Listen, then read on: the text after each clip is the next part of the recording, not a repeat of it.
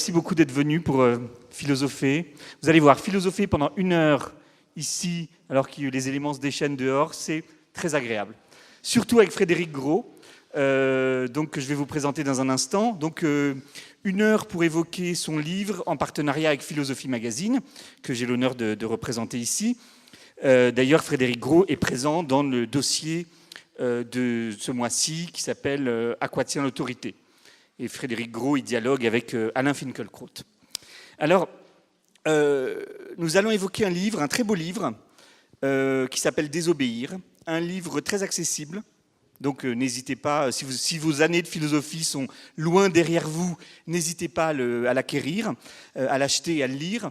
C'est un livre très bien écrit, c'est un livre un peu comme fait souvent Frédéric Gros, qui alterne des analyses précises, théoriques, avec des incarnations, des grandes figures, soit de l'obéissance, soit de la désobéissance. Donc c'est un livre incarné.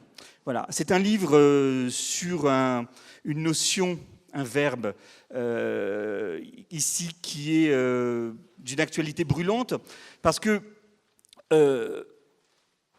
on vit quand même une époque un peu compliquée par rapport à l'autorité. Enfin, Frédéric Gros va nous dire ce qu'il en pense, mais d'un côté, on a l'impression qu'il y a une partie de la société qui est en demande d'autorité. C'est une expression devenue consacrée, la demande d'autorité. On va critiquer l'enfant roi, on va critiquer les élèves indociles ou ceux qui ne respectent pas les lois. Donc on voit ça dans une partie de la société. Et puis de l'autre côté, on a l'impression qu'une partie de la société est quasiment en rébellion. Et de Nuit debout au parti, au mouvement des Insoumis, il y a aussi une sorte d'aspiration à une désobéissance généralisée face à ce qui est perçu comme une capitulation de notre société face à l'ordre ultralibéral. Bref, on est dans un entre-deux qui fait que ce livre tombe à pic. Voilà. Donc je vous présente brièvement son auteur, Frédéric Gros, agrégé de philosophie, qui enseigne à Sciences Po à Paris, l'auteur de nombreux livres maintenant. Frédéric Gros, vous êtes d'abord un spécialiste de Michel Foucault. Vous êtes en train de vous occuper de son édition à la bibliothèque de la Pléiade. Vous avez écrit plusieurs ouvrages sur ce philosophe dont on va parler un petit peu aujourd'hui. Et puis, de livre en livre, vous construisez une œuvre, un parcours dont on a aujourd'hui la dernière pierre. On se souvient d'un ouvrage que vous avez écrit sur la guerre, d'un autre sur la sécurité, le principe sécurité en 2012. La guerre, c'était il y a longtemps. Hein. C'était, je vais vous dire, la guerre, c'était... Bon, il y a longtemps. Mais un très beau livre sur la fin de la guerre, absolument passionnant. Et puis, entre les deux, il y a eu un livre qui a eu beaucoup d'écho, et absolument, là encore, bien écrit et passionnant. C'était « Marcher une philosophie », qui était une manière de montrer comment le fait de marcher, par exemple en randonnée, mais il y a bien d'autres manières de marcher, et pas une seule, a un sens, un profond sens philosophique. Et donc, la première question que j'ai envie de vous poser, Frédéric Gros, c'est est-ce que marcher, c'était déjà une manière de désobéir ou plutôt de fuir? Et puis, attendez, je n'ai pas terminé, j'en pose tout de suite une deuxième. J'aimerais que vous nous disiez pourquoi Désobéir, là, qui sort le 1er septembre cette année chez Albin Michel, qu'est-ce qui vous a amené à ce livre, finalement? Quel est votre itinéraire qui vous a fait partir de Michel Foucault pour vous amener à la guerre, à la sécurité, à la marche, et enfin à la question de la désobéissance? Oui, la question est large. Je vais en prendre quelques fragments. Il y a quelque chose de très, très anecdotique, mais qui peut nous servir. Pour le premier aspect de la question, c'est-à-dire le passage de marcher à désobéir. Au fond, le premier texte philosophique consistant et fort sur la marche a été écrit par un auteur américain qui s'appelle Thoreau, qui est un auteur relativement connu, une espèce de légende américaine. Et c'est aussi celui qui a écrit ce petit texte qui a été, j'allais dire, à la fois séminal et qui a représenté vraiment un bouleversement très fort pour des gens comme Martin Luther King, comme Gandhi, Tolstoï, et qui s'est appelé, Thoreau n'a jamais donné ce titre, il a été donné après, la désobéissance civile. Donc c'est vrai que de marcher à désobéir, il y avait au moins cette espèce de continuité littéraire. Après, oui, après, j'allais dire, vous le savez comme moi, la marche à pied dans nos sociétés représente toujours un moment de rupture, puisque toute l'histoire de l'humanité nous apprend qu'on a sans cesse essayé de faire des progrès techniques qui nous évitent le plus possible d'avoir cet effort à faire, de mettre un pied devant l'autre, que ce soit là, de l'invention de la roue jusqu'à... Voilà. Et c'est vrai que la marche a assez vite représenté une espèce de posture comme ça, de refus d'une certaine modernité. D'abord refus de la vitesse, puisque effectivement... marcher, c'est faire le choix quand même de la lenteur, hein. C'est faire le choix aussi de ressentir une certaine, comment dire, le corps dans sa lourdeur, dans son effort, etc. On est à l'opposé du corps glorieux du sportif, etc. C'est quand même d'autres valeurs. Donc, pour moi, c'est vrai que c'est pas très loin. Et un des chapitres de Désobéir s'appelle d'ailleurs la promenade de Thoreau, puisque quand il s'est retrouvé enfermé dans une prison, hein, et c'est ce fameux geste de Thoreau qui refuse de payer les impôts à cause de l'esclavage, de la guerre au Mexique, etc., qui va représenter un des premiers actes de désobéissance civile. Eh bien, voilà, cette incarcération est prise entre deux promenades. Ça, c'est le premier aspect. Deuxième aspect, c'est vrai que marcher a représenté j'allais dire, dans les livres que j'ai pu écrire, une inflexion, c'est-à-dire un chemin de traverse. J'avais écrit des livres sur la guerre et la sécurité, qui sont quand même des thèmes assez lourds, mais qui étaient de facture beaucoup plus académique. C'est vrai qu'avec Marché, je me posais la question à propos de philosophes que je ne m'étais pas posé, mais enfin, comment est-ce qu'ils marchaient, où est-ce qu'ils allaient, est-ce qu'ils faisaient des promenades de 2-3 heures, est-ce qu'ils y passaient la journée, est-ce qu'ils prenaient des notes en marchant, essayaient de retrouver les sentiers qu'ils pouvaient parcourir, que ce soit le jardin de Kant à Königsberg ou le fameux sentier à Nice de Nietzsche, et puis essayer de retrouver au fond des expériences, quoi, qui sont des... voilà. Et puis c'est vrai que pour moi, marcher...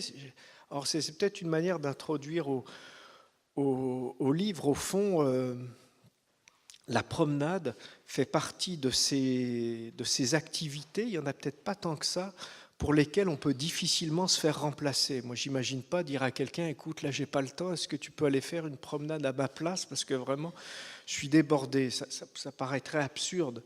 Et au fond, ce petit exemple, moi, m'a assez vite amené à quelque chose que je trouve très fort, très intense, très fondamental dans la philosophie, c'est-à-dire une définition du sujet comme ce qui est tel qu'on est au niveau du sujet et de nous-mêmes quand on fait l'expérience que pour certaines choses, on ne peut pas se faire remplacer. C'est ce que j'appelle le moi indélégable. Et ben, je pense que la désobéissance, vous ne pouvez pas demander à quelqu'un de désobéir à votre place. Ou alors, voilà. Et je pense que l'obéissance, c'est précisément une manière de faire des choses tout en disant oui, sauf que c'est pas moi, un autre aurait pu les faire à ma place. Moi, je faisais qu'obéir. C'est ce que, voilà, c'est ce qu'ont pu dire tant de criminels de guerre, etc. Que vous êtes bien gentil, mais enfin, je faisais ça, mais enfin, je l'aurais pas fait. Je l'aurais pas fait, un autre l'aurait fait à ma place. Sauf que c'était toi. Est-ce que le sauf que c'était moi, je veux dire, depuis Platon, depuis la République de Platon, le pari de la philosophie, c'est de dire que sauf que c'était moi, ben ça change tout. Et ça, pour moi, c'est la voie, c'est tout le problème de la désobéissance. Et au fond, désobéir, c'est à un moment, voilà, parce que quand on obéit, on n'arrête pas de... Oui, on obéit, c'est-à-dire, d'accord, ok, je le fais. Et puis à un moment, on se sent appelé à désobéir en disant, là je ne peux pas y aller parce que c'est quand même moi qui vais le faire, quoi. Ah oui, un autre le fera, qu'un autre le fasse à ma place, mais moi je peux pas. Ça, c'est, j'allais dire, en philosophie, ça pose le problème de... Après, vous appelez ça comme vous voulez, hein, la conscience, l'âme, le sujet, etc. Mais est-ce que ce dont je parle ici existe? Le pari de la philosophie depuis Platon, c'est de dire ça existe. Oui. Frédéric Gros, est-ce que vous pouvez poser un diagnostic social contemporain sur la question de la désobéissance? Ah oui, est-ce que la désobéissance, c'est le dernier rejeton de mai 68, ou est-ce que c'est une injonction qui finalement est très utile au libéralisme pour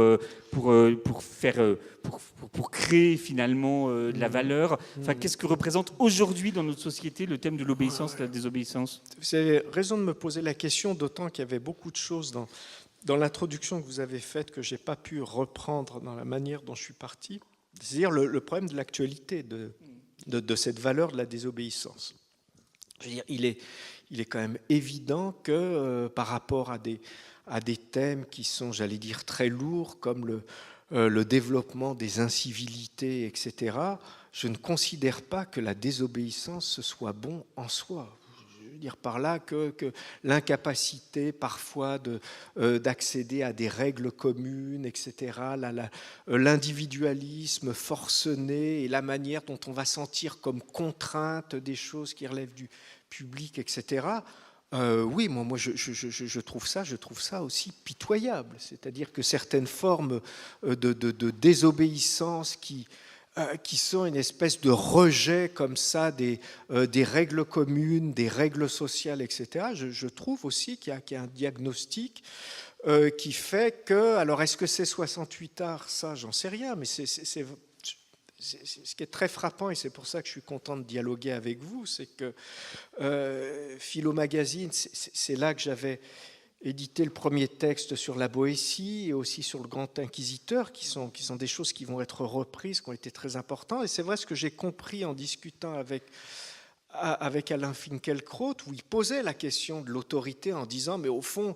ce qui est grave aujourd'hui, c'est précisément la désobéissance, c'est la manière dont quelque chose comme l'autorité ne peut plus se faire valoir, n'arrive pas à se faire valoir, que ce soit dans l'éducation, au niveau des professeurs, que ce soit au niveau des éducateurs sociaux aussi, c'est-à-dire de dire que notre problème, comme problème crucial, c'est la désobéissance, mais en négatif.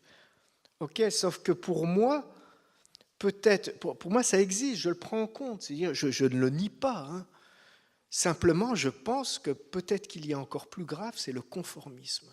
C'est-à-dire, c'est la manière. Alors, votre question était très importante. Je veux dire, jamais on nous a autant demandé d'être nous-mêmes, de développer notre singularité, et on n'a jamais autant obéi que ça. C'est la manière dont l'espèce de génie de ce que vous avez appelé le néolibéralisme, le néocapitalisme, etc., c'est qu'on a produit un néoconformisme où plus vous allez être vous-même, plus on va vraiment aller vous chercher au niveau de votre désir. Donc pour moi, il y a ce constat qui est celui d'un néoconformisme. Voilà. Et par rapport à ça, oui, je trouve qu'une certaine désobéissance qui est, comment dire, ça veut dire quoi? Pour moi, désobéir, c'est ce que je disais tout à l'heure, c'est se poser la question de la responsabilité politique, c'est-à-dire de se dire à un moment, c'est quand même moi, quoi. Donc, est-ce que je suis d'accord? Après, c'est toujours plus facile d'être d'accord, oui.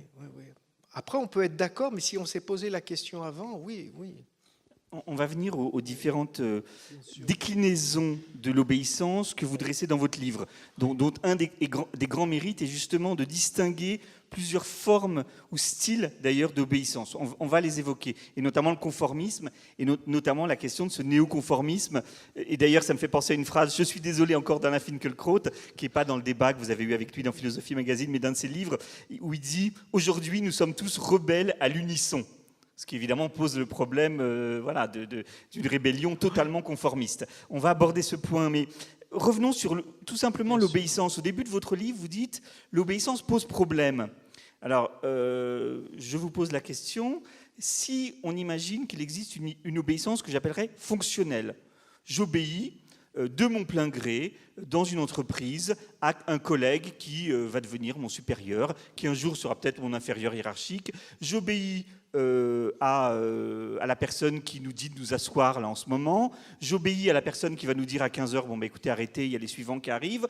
Je demande quand même que mes enfants obéissent à leur professeur, sinon ça va plus du tout. C'est-à-dire que, est-ce que on ne peut pas, et je vais vous demander, évidemment, je vous pose ça en avocat du diable, est-ce que l'obéissance est vraiment un problème quand, dans une sphère démocratique, comme au 5e siècle avant Jésus-Christ, on était à son tour gouvernant et gouverné, dans la démocratie athénienne, est-ce que c'est un problème alors que dans une sphère démocratique, finalement, on peut circonscrire l'obéissance à une sorte de contrat, de fonctionnalité de l'obéissance. Bon, ben, pendant un certain temps, je vais t'obéir, ça ne veut pas dire que je me soumets à toi, ça ne veut pas dire que je vais tout faire ce que tu me demandes, mais c'est comme ça que la société marche. Donc, la réponse... la question plutôt que vous poserez un Candide par rapport à votre livre, c'est finalement, est-ce que l'obéissance aujourd'hui c'est vraiment un problème? Alors là encore, il y a beaucoup de choses. Je vais essayer de prendre deux, trois idées fortes.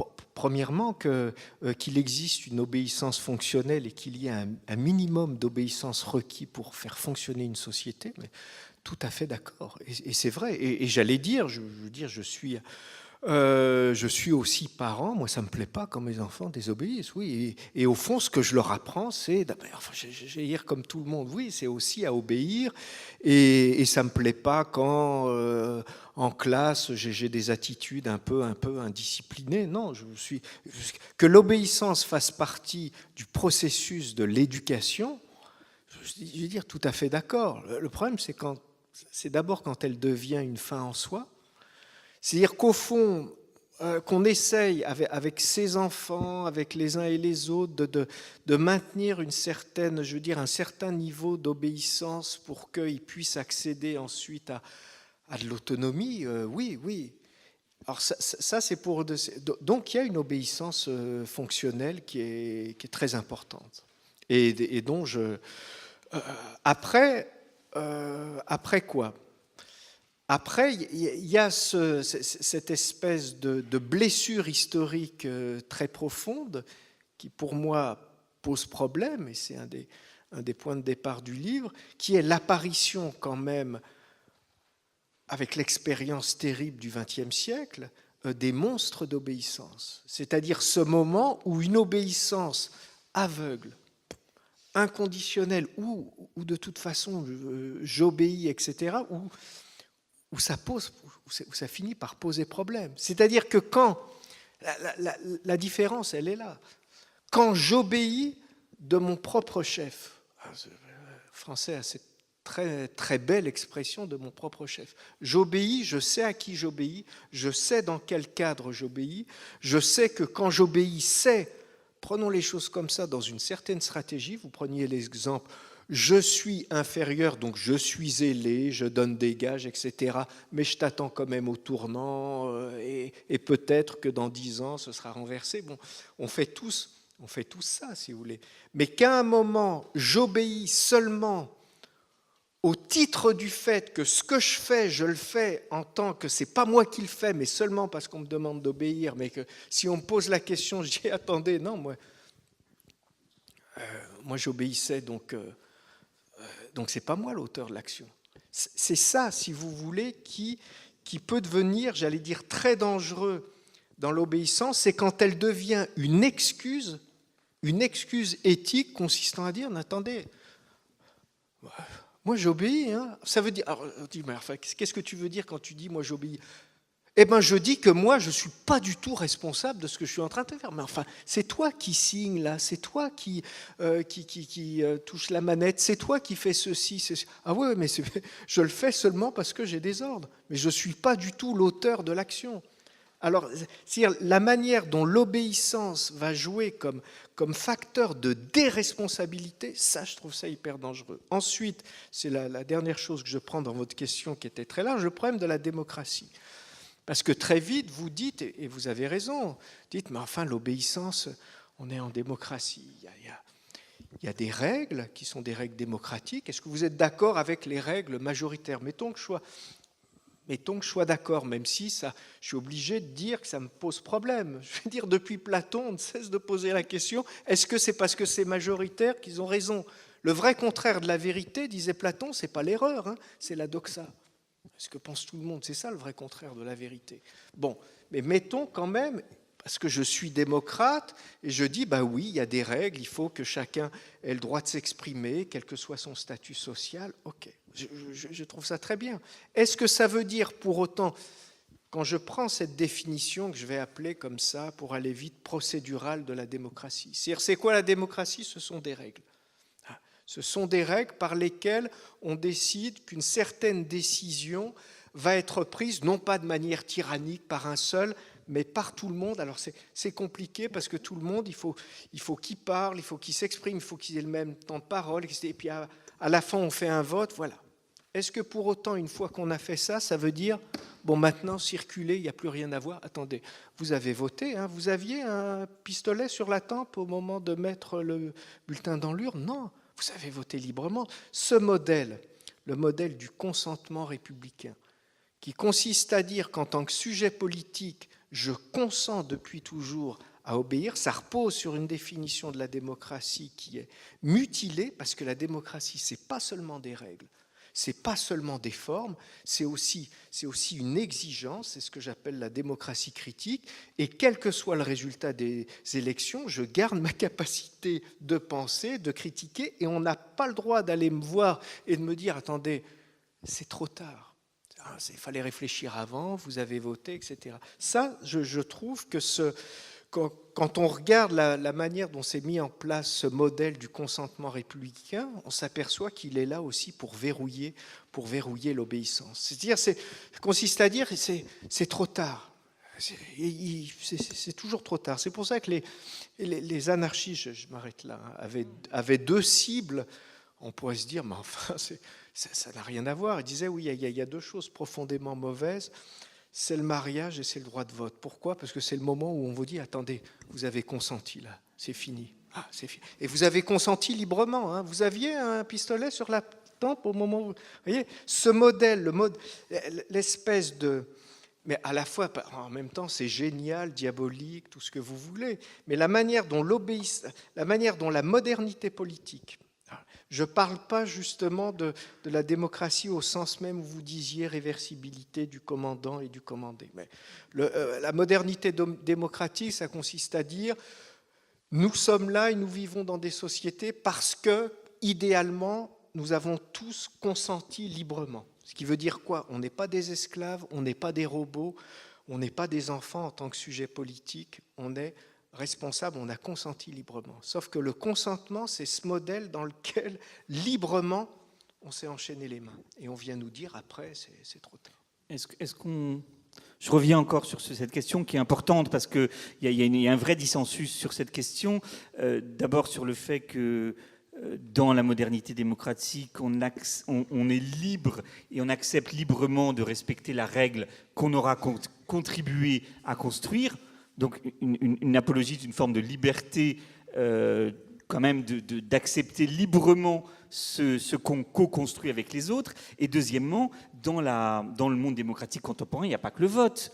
Il y a le droit de grève, il y a le droit de manifester, il y a la délibération parfois, souvent il y a le débat, il y a le dissensus. Donc, est-ce que dans la démocratie telle qu'elle existe dans certains pays, notamment, prenons le nôtre, est-ce qu'il n'y a pas puisque c'est une histoire démocratique qui a déjà 2 siècles et qu'on a mis en place des nouveaux instruments d'expression, est-ce que ce consentement ne respecte pas puissamment la liberté de remettre en cause, de revenir sur sa parole, de protester? Ou est-ce que c'est insuffisant à vos yeux? Il y a 2 choses dans votre question. Il y a, si vous voulez, cette réalité démocratique qui consiste à dire, mais ce serait encore une troisième chose, et à m'objecter, vous avez raison, à dire, vous êtes bien gentil, mais enfin, il y a quand même des procédures de contestation qui existent, qui sont reconnues.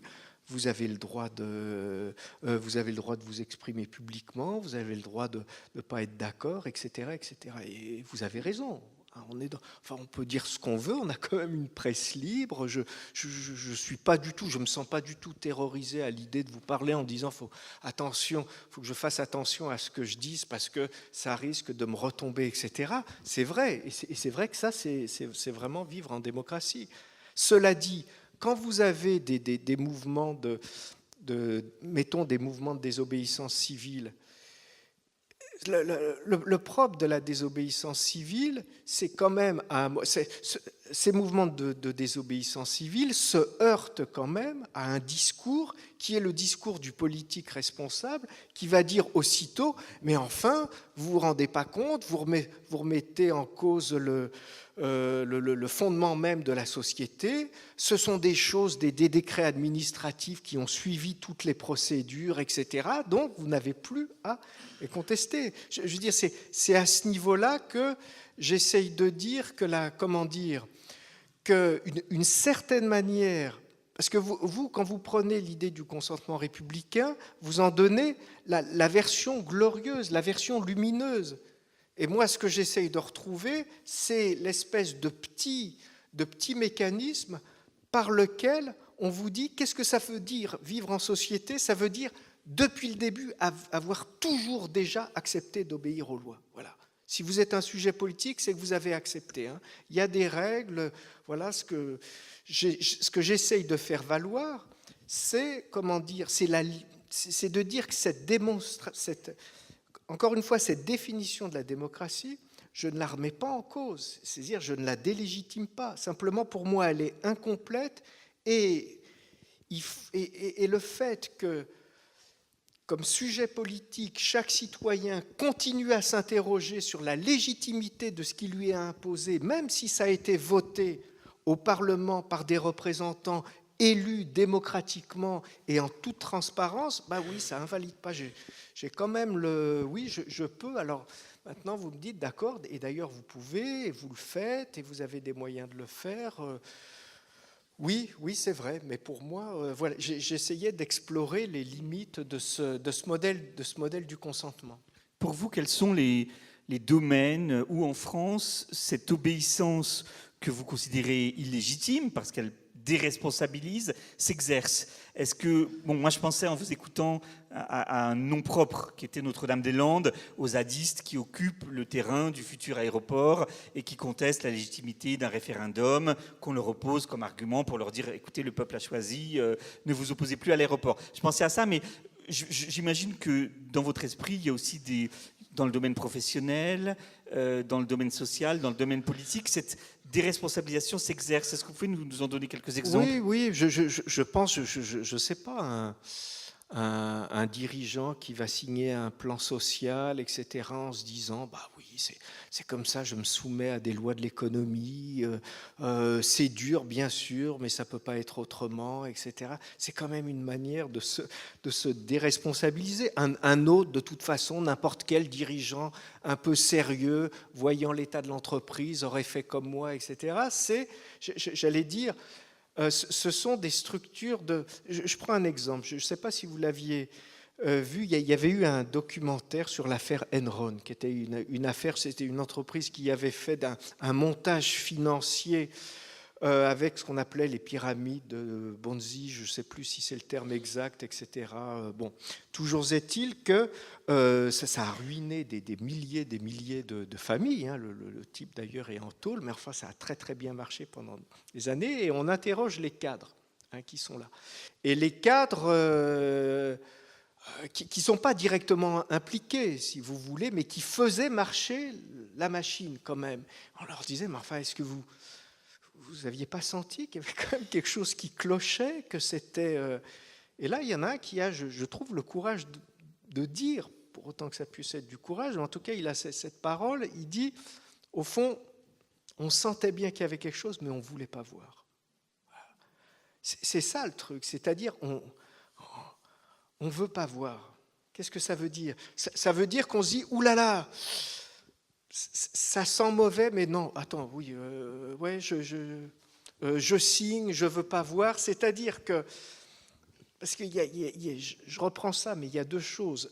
L'obéissance, il y a des obéissances qui sont des obéissances de soumission. quand je dis désobéissance de soumission, je veux dire que c'est... Je comprends des gens qui peuvent être humiliés dans leur boulot, mais qui se disent, mais enfin, si je la ramène, je risque d'être viré, dégradé, etc. Voilà, j'ai des crédits. Enfin, je veux dire, c'est pas facile. Il y a un coût de la désobéissance quand même. Au niveau économique, il y a un coût qui peut être très sérieux, qui peut vous invalider, etc. Donc j'allais dire que il y a une partie de l'obéissance qui est basée sur l'impossibilité de désobéir. Oui, j'aimerais bien désobéir, sauf que le coût que je vais payer, non, je peux pas l'assumer, il est trop lourd. Bon, ça, c'est la soumission, c'est la première catégorie. Ouais, ça, c'est la soumission. Et j'allais dire, quand je dis c'est respectable, moi, je ne peux pas aller faire la leçon à des gens qui sont soumis et qui me disent, vous êtes bien joli là, désobéir, mais enfin, moi, j'essaye de désobéir, demain, c'est fini. Bon, cela dit, pour moi, le problème, c'est quand ça devient une excuse. Est-ce que parfois, on n'exagère pas le coût de la désobéissance ? Est-ce qu'on le sait à l'avance ? Est-ce qu'on le sait à l'avance ? On ne le sait pas, mais parfois, si vous voulez, je veux dire, ce que j'essaye de dire par rapport à cette leçon, mais qui est très forte et massive, c'est que parfois aussi, l'obéissance, c'est bien confortable. Je veux dire, c'est confortable de pouvoir se dire, oui, de toute façon, moi, j'obéis. Donc la manière, oui, voilà, ce serait ça. C'est-à-dire que s'il fallait comme ça distinguer un style d'obéissance qui pour moi est vraiment dangereux et fait frémir, c'est cette obéissance par laquelle je me déresponsabilise. Et ça, je trouve, c'est très puissant parce que tout le système social est là en même temps pour nous permettre de nous déresponsabiliser. Tout est là pour nous faire dire, on va diluer les choses. De toute façon, c'est pas moi. Ah ouais, je signe ça. Je lui fais signer ceci. Je veux dire, on est dans des sociétés.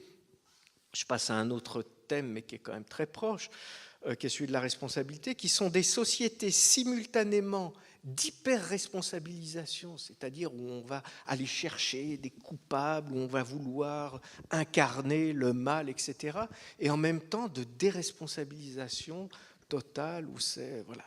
Et désobéir, j'allais dire, il y a une certaine forme de la désobéissance qui, pour moi, relève justement du moment où je dis je peux plus faire semblant de ne pas voir, quoi. C'est-à-dire que je me sens voilà, et ça c'est une affirmation d'humanité. Je finis juste sur cette idée parce que je suis très bavard, excusez-moi. Mais c'est vrai que pendant des siècles, quand on posait le problème de l'obéissance, de la désobéissance, c'est à partir de l'opposition entre l'homme et l'animal. C'est-à-dire, on disait, oui, être un homme, c'est accéder à des règles communes, donc on ne devient homme que par l'apprentissage de l'obéissance. On se soumet à des règles, à des lois, c'est quand même des éléments idéaux, hein, et pas à ces pulsions anarchiques où on n'a pas envie, donc on ne fait pas, etc. Et dans ce modèle-là, on comprend bien que la désobéissance puisse être quelque chose qui soit la trace d'une espèce de sauvagerie première où celui qui désobéit, c'est celui qui n'est pas bien éduqué, quoi. Et vous avez des catégories psychiatriques comme celle de l'incorrigible, voilà, qui ont été très puissantes. Et je veux dire, dans l'éducation, c'est comme ça que, par exemple, Kant, dans ses réflexions sur l'éducation, il réfléchit, c'est un peu dans ce cadre-là. Et puis, j'allais dire, et ça, c'est la modernité des Lumières, si vous voulez. Et puis, il y a eu cette deuxième modernité, qui est celle de la raison industrielle, de la gestion de masse, etc., où la polarité, ça ne va plus être l'homme et l'animal, mais l'homme et la machine. Et là, je veux dire, c'est autre chose. C'est-à-dire que quand on a un comportement machinique, on obéit, mais de manière complètement inhumaine. C'est-à-dire que l'obéissance, ce n'est pas ce qui nous fait entrer dans l'humanité, c'est au contraire ce qui fait qu'on ait qu'on ait des bons éléments de la machine et qu'on est purement dans la fonctionnalité. Et à partir de là, si vous voulez, ça a tout été le problème des totalitarismes, etc. C'est que à ce moment-là, la désobéissance, c'est un témoignage d'humanité, quoi. C'est-à-dire, à un moment, non. Ok, sauf que c'est à moi que vous demandez d'appuyer sur la gâchette, sauf que, enfin, un autre le fera, ok, sauf que c'est moi. Et ça, je peux pas le... Ce qui ne veut pas dire... et je finis vraiment là-dessus, vous voyez que cette désobéissance dont je parle, c'est pas forcément la révolte, c'est pas forcément... Mais c'est un moment, arrêter d'obéir, quoi. Un moment, même dans le livre, vous parlez d'une obéissance volontairement mal faite, mal fagotée. C'est-à-dire, c'est comme les Danois, quand ils sont envahis par les nazis, qui édictent une série de règles. Effectuez très très mal les ordres que vous donnent les nazis. C'est aussi une manière de désobéir tout à fait, vous avez tout à fait raison de prendre cet exemple. Il y a cette réflexion d'Arendt qui, à propos de l'Allemagne nazie, dit mais au fond, qu'est-ce que j'aurais fait moi? Ok, enfin bon, c'est quand même compliqué d'aller faire la leçon aux gens en disant mais quoi, vous n'êtes pas révoltés, mais et elle a cette réflexion en disant mais si le problème c'est pas qu'ils se soient pas révoltés, c'est qu'ils aient obéi aussi bien. Pour faire tomber un système, il suffit même pas de désobéir, mais si vous désobéissez de mauvaise grâce, si vous obéissez de mauvaise grâce, si vous obéissez à minima, je veux dire, ça ne tient pas. Ce que disait déjà très bien la Boétie sur le politique, il disait le politique ne tient pas, enfin je le traduis comme ça, ne tient pas par notre obéissance, il tient par notre surobéissance. C'est parce qu'on en rajoute. C'est parce que, et c'est ça qui le fait tenir. Les rapports économiques, ils peuvent tenir seulement avec de la soumission. Mais au niveau du politique, ça ne tiendrait pas une seconde si nous étions simplement soumis. Ce qu'il y a, c'est qu'on donne des gages. Pourquoi on surobéit? Mais je crois, après, c'est le vrai mystère, je pense qu'il y a un plaisir dans l'obéissance, je pense qu'il y a des éléments de jouissance, je pense qu'on est content de montrer à l'autre qu'on est zélé, que voilà, enfin bon, je veux dire, moi j'ai été, et je le suis encore, j'ai été très longtemps docile et bon élève, je peux vous dire que le syndrome du bon élève, ça vous fait accepter beaucoup de choses, pour avoir l'amour, la reconnaissance, et puis pas se sentir seul, parce que le problème des sociétés, c'est que notre manière de nous sentir ensemble, c'est quand même à travers l'adoration d'un chef, à travers une obéissance. Ce qu'on partage le mieux, c'est l'obéissance. C'est plus difficile de partager la désobéissance. C'est pour ça que c'est plus rare, ces moments dans l'histoire politique où vous avez des révolutions, des mouvements de désobéissance civile qui font, enfin je prends Gandhi, je prends Luther King, qui finissent par cristalliser, c'est beaucoup plus rare parce que précisément le moment où on apprend à désobéir ensemble, c'est quelque chose qui est plus... qui est moins habituel. Donc voilà, il faudrait aller chercher, alors est-ce que c'est faire de la psychologie? J'en sais rien, mais c'est vrai que le syndrome de l'enfant sage, je commence par la citation de Primo Levi, qu'on peut traduire comme ça. Au fond, ce qu'il y a peut-être de plus dangereux au monde, c'est l'enfant sage. Parce que des vrais monstres sadiques, il y en a, et c'est atroce, mais il n'y en a pas tant que ça. Des enfants sages et prêts à tout gober et à tout obéir pour ça, il y en a peut-être un peu plus. Il me semble qu'il y a des fluctuations dans l'histoire par rapport à cette jouissance d'obéir. Et la question que je me pose, c'est pourquoi dans certaines sociétés aujourd'hui, par rapport à il y a 15 ans, on est fasciné par des figures autoritaires. Pourquoi est-ce que Poutine, en Russie, remporte l'adhésion de 84% des citoyens? Pourquoi est-ce que Poutine fascine même une grande partie des sociétés occidentales ou même extra-occidentales? Pourquoi est-ce qu'Erdogan, Xi Jinping, aujourd'hui, incarnent ces figures d'autoritarisme qui, malgré tout, sont adulées? Qu'est-ce qui se passe? Alors là, la question, elle est complexe, elle est à la fois historique et philosophique. La question philosophique, c'est qu'est-ce qui se joue là, et historique, c'est pourquoi aujourd'hui. Qu'est-ce qui se joue là? Il y a une figure de l'obéissance qu'on n'a pas. On a parlé de soumission, on a parlé de conformisme, on a parlé de consentement. Il y a une figure de l'obéissance qu'on n'a pas encore évoquée, même si vous l'aviez évoquée dans la toute première question, qui est ce que j'appelle la subordination. Ce que j'appelle alors, je n'ai pas trouvé... Le terme est peut-être mal choisi, j'en ai pas trouvé d'autre. Mais enfin, on pourrait dire c'est le rapport d'autorité dans son sens peut-être justement pas autoritaire. On peut faire la distinction qu'après. C'est quoi ce que j'appelle la subordination? C'est que vous avez des figures de l'obéissance dans lesquelles j'obéis parce que je reconnais pas par calcul, stratégie, machin, je le contourne et je lui fais la peau la prochaine fois, etc. Non, mais parfois vous obéissez parce que vous reconnaissez la légitimité de celui qui donne des ordres. C'est-à-dire vous considérez qu'il est... Je veux dire, c'est le disciple par rapport au maître, c'est l'enfant par rapport aux parents. C'est-à-dire, vous pouvez quand même bien imaginer que parfois je vais obéir parce que je sais que celui qui me donne des ordres les donne pour mon bien. Je dis, ça existe, ce modèle de l'obéissance. Oui, typiquement, c'est peut-être l'obéissance au maître en tant qu'il est reconnu comme maître, c'est-à-dire qu'il a donné des exemples, etc., etc. C'est vrai que cette figure de ce que j'appelle l'autorité, pourquoi est-ce qu'elle est puissante et qu'elle fascine? C'est que c'est la seule figure de pouvoir dans laquelle on a ces deux éléments qui peuvent paraître complètement contradictoires, à savoir l'indiscutable et l'absence de violence. Je veux dire, la vraie autorité, c'est celle qui s'impose de telle sorte qu'on ne discute pas, mais sans aucune violence.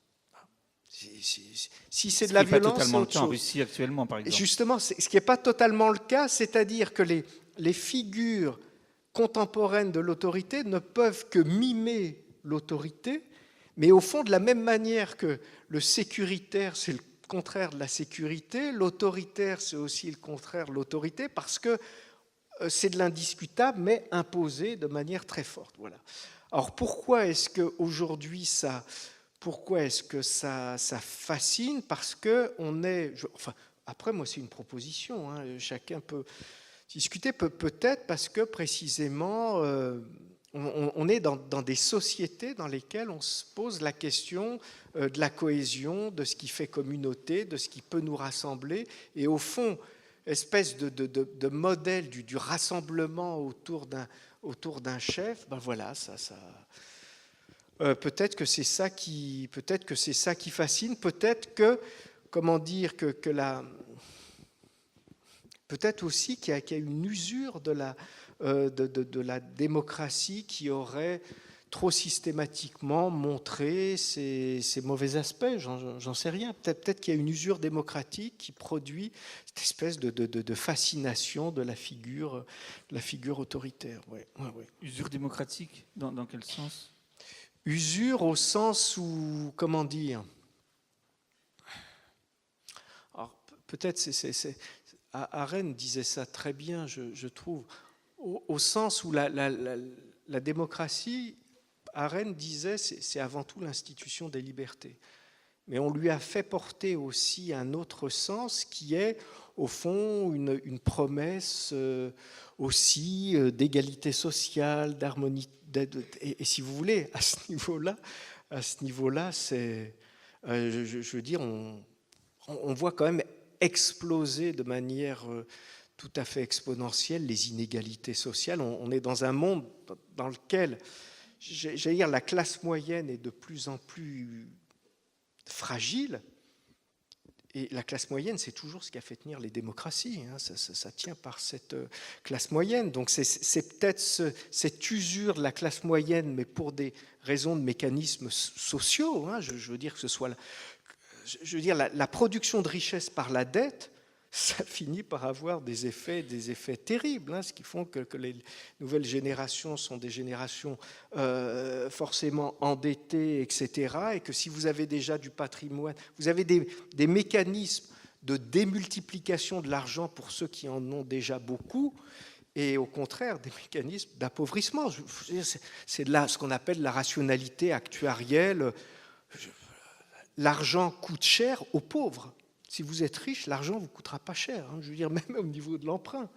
Je veux dire, c'est rationnel. Hein. Quand je dis que c'est rationnel, c'est que ça a une certaine rationalité. On va faire payer plus cher l'argent aux pauvres parce qu'on sera moins sûr qu'il va rembourser, et au contraire pas cher. Sauf que ça produit évidemment un effritement de la classe moyenne. Et voilà, c'est peut-être aussi cette apparition de l'autoritarisme est aussi un symptôme de cet effondrement de la classe moyenne, parce qu'il faut bien voir que cette figure du chef, etc. Ça aussi, il faut bien voir que les premières figures du fascisme, par exemple, étaient sociales. Il ne faut pas l'oublier. C'était pas. Alors nous, maintenant, avec l'histoire, on a l'impression que c'est. Mais non, les dictatures se sont appuyées sur le peuple ruiné, sur le peuple et sur la contestation des élites. C'est-à-dire que le moment où la démocratie devient une espèce d'oligarchie qui est complètement fermée sur elle-même, bah oui, ça fait surgir une autre demande politique. Et le problème, c'est que sur l'échiquier politique, il n'y a pas tant de... Ouais, les choix ne sont pas non plus très nombreux. Bon, c'est peut-être un peu pessimiste, j'en sais rien. Frédéric Gros, avant de passer la parole au public pour que vous dialoguiez un petit peu, je vois que vous, à la fin de votre livre, vous ressuscitez une figure qui m'est chère, celle de la dissidence. Vous parlez de dissidence civique. Je vous cite, page 172, « Dissidence, c'est la dissonance d'une voix dans le concert monocorde du conformisme qui n'exprime encore une fois qu'un universel de contrebande et de substitution. Dissidence civique, cette impossibilité intérieure fait dans le sujet un pli qui est la trace de l'humanité comme valeur, exigence, tension. La dissidence civique est le reflet inversé du premier concept d'obéissance. La soumission se définissait par l'impossibilité de désobéir, c'était sa seule raison d'obéir. Le dissident, lui, fait preuve de l'impossibilité de continuer à obéir. » Comment vous est venue cette figure ce concept de dissidence civique ? Il y a deux choses. La première chose, c'était, mais vous l'avez sans doute en tête, on nous a beaucoup récité, c'est vrai que c'est un très beau texte, le texte de Alain qui dit « penser c'est dire non », l'homme qui dit non lève la tête alors que celui qui dit oui s'assoupit. Et au fond, je crois au contraire que dans l'obéissance, on dit beaucoup non. Si on dit non, je ne veux pas voir, non, je ne veux pas savoir, non, non, je ne veux pas dire, non, je ne veux pas... Vous voyez, c'est-à-dire que notre obéissance, comment dire, elle se nourrit d'un certain nombre de renoncements, quoi, et puis, sauf qu'à un moment, on fait l'expérience qu'on ne peut pas continuer, quoi, que là, c'est-à-dire que la dissidence, c'est je ne peux pas ne pas dire. Bien sûr que je peux continuer, oui, mais là, je ne peux pas. Et ça, c'est... En vertu de quel mécanisme, tout d'un coup, on ne peut plus ne pas dire ? Il peut y avoir beaucoup de choses. Il peut y avoir des effets de saturation. Il peut y avoir des effets... Ça, c'est très mystérieux parce que c'est le problème en politique, c'est le problème des révolutions. Hein. Qu'est-ce qui fait que... Je dis, il y a toujours une espèce de disproportion énorme entre l'étincelle et puis le... Et à un moment, ces dissidences civiques, oui, ça coalise. C'est-à-dire que l'autre aussi, juste à côté, dit « moi non plus, je ne peux plus continuer ». Mais ce qui est intéressant là-dedans, et c'est pour ça que, et je réponds peut-être plus directement à votre question, c'est que quand vous dites « mais qu'est-ce qui fait que je ne peux pas dire non ?» Ce que j'essaye de dire, c'est que ce n'est pas de la psychologie non plus. Quand je dis que ce n'est pas de la psychologie, je veux dire que comment dire, je reprends quand Platon disait, ou je lui fais dire que le contraire de la vérité, ce n'est pas l'erreur, c'est la doxa. C'est-à-dire que quand vous désobéissez, on va dire, mais enfin, mais au nom de quoi toi, tout seul, tu penses que tu as plus raison là que tous les autres ? Je veux dire, c'est ça la mise en cause de la désobéissance. C'est qu'on va dire que toi, tout seul, un individu particulier, isolé, tu prétends, hein, alors que ça a été voté à la très grande majorité, hein, que tu as plus raison. Mais enfin bon, c'est de l'orgueil, c'est de la prétention. Et on va dire, bah oui, la désobéissance, c'est quand même de l'individualisme. Chacun va, dans son petit coin, penser à partir de sa petite histoire. Mais enfin, on ne peut pas faire une société comme ça. Sauf que, et je crois que là, c'est ça la voie de la philosophie. Sauf que la philosophie, c'est quand même ce qui a dit, mais attendez, faut pas confondre j'allais dire la vérité, c'est pas ce que tout le monde pense. Hein. C'est pas parce que vous êtes une majorité à le penser que vous avez la vérité. Et ce à partir de quoi je désobéis, c'est pas moi en tant qu'individu, etc. C'est qu'à un moment, je trouve que quelque chose comme comme la dignité humaine, comme la justice, voilà. Et je me mets, et à ce moment-là, je romps un consensus. Le problème du consensus, et là je finis peut-être sur une note pessimiste, c'est que ce qu'on est quand même le plus prêt à partager. Vous avez fait comme moi, on travaille dans des institutions, tous ceux qui ont pratiqué les réunions en institution vont comprendre ce que je dis, ce qu'on est toujours le plus prêt à partager dès qu'on est plus de 20, c'est nos lâchetés. Vous pouvez être sûr qu'à plus de 20, ce qu'on va partager, au moment où il va passer des choses, etc., c'est la lâcheté. Sauf qu'à un moment, on ne peut plus, quoi. Et ça, pourquoi est-ce que j'appelle ça la dissidence civique et pas la désobéissance civile? La désobéissance civile, c'est du collectif, c'est du mouvement, etc. Mais s'il n'y a pas une espèce de mouvement intérieur qui est à l'origine de ça, désobéir, c'est juste changer de maître, quoi. Et c'est obéir d'une autre manière. On peut donner un nom à ce mouvement intérieur. Michel Foucault, par exemple, parlait du courage de la vérité. Oui, ou du souci de soi. Oui, souci de soi. C'est ça, mais quand Socrate, Foucault ou Socrate, quand Socrate va sur l'agora et dit « Oui, je te vois, tu t'occupes de tes plaisirs, tu t'occupes de ta réputation, tu t'occupes de tes richesses, mais est-ce que tu te soucies de toi-même » Je veux dire, la philosophie comme souci de soi, c'est ça. C'est-à-dire se poser la question, est-ce que je peux vraiment m'autoriser à le faire? Je pourrais me dire, j'obéis, on m'a demandé de le faire, etc. C'est se soucier de soi-même, c'est ça. Mais c'est pas... C'est là qu'on voit, je veux dire, c'est pas se soucier, c'est pas prendre soin de sa petite personne. Parce que ça, c'est de l'individualisme, c'est pas prendre soin de son... Non, c'est se soucier de soi, c'est-à-dire qu'il y a quelque chose en moi comme une espèce de conscience de l'humanité. Peut-être que c'est rien, mais si c'est quelque chose, ben c'est à partir de ça que je dis, ben non, là, je peux plus, je peux pas. Merci Frédéric. J'aimerais bien qu'il puisse y avoir quelques questions à Frédéric Groult. Il nous reste 5 minutes, profitons-en. Il y a un micro, je sais, qui va circuler. Monsieur avait une question à poser. Et là, il y a et monsieur après. Voilà. Si vous pouvez relever la main, on va vous apporter un micro. Merci. On vous écoute, monsieur. Bonjour. Je m'intéresse au dysfonctionnement qu'on peut voir dans l'administration ou dans les entreprises. C'est une forme de désobéissance qui est gratuite. Je pense au sabotage. Vous n'en avez pas parlé. Je veux dire, souvent, on désobéit pour des raisons éthiques ou par trop c'est trop. Mais il y a aussi une forme de désobéissance totalement inexplicable et qu'on rencontre de plus en plus dans les grands appareils maintenant. Ouais, merci. Ouais, c'est intéressant parce que justement dans son texte qui a été intitulé plus tard à sa mort La désobéissance civile, Thoreau dit au fond ce qu'il faut quand même, c'est des grains de sable. Il dit l'humanité, l'État, qu'est-ce que c'est? C'est une machine. C'est une machine, c'est tout. L'administration, c'est une machine. Et à un moment, peut-être que ce que vous appelez ce sabotage, en disant vous-même, je reprends votre intervention, qu'il n'y a pas forcément une valeur politique là-dessus, mais comme si cette espèce de fonctionnalité pure, de lissage permanent, ça devenait à un moment inhumain et qu'il faut... Oui, c'est ça. C'est pour essayer de se réveiller, de se dire, non, oui, à un moment, on n'est pas...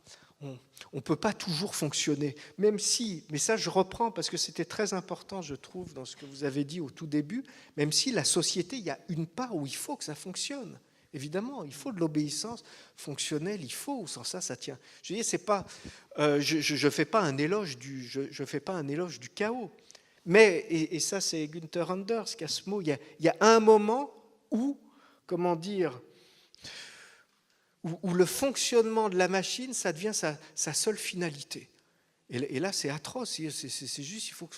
Mais à quoi ça sert? Pourquoi? On ne se pose plus la question, la seule raison, il faut que ça tourne, il faut que ça tourne, il faut que ça tourne.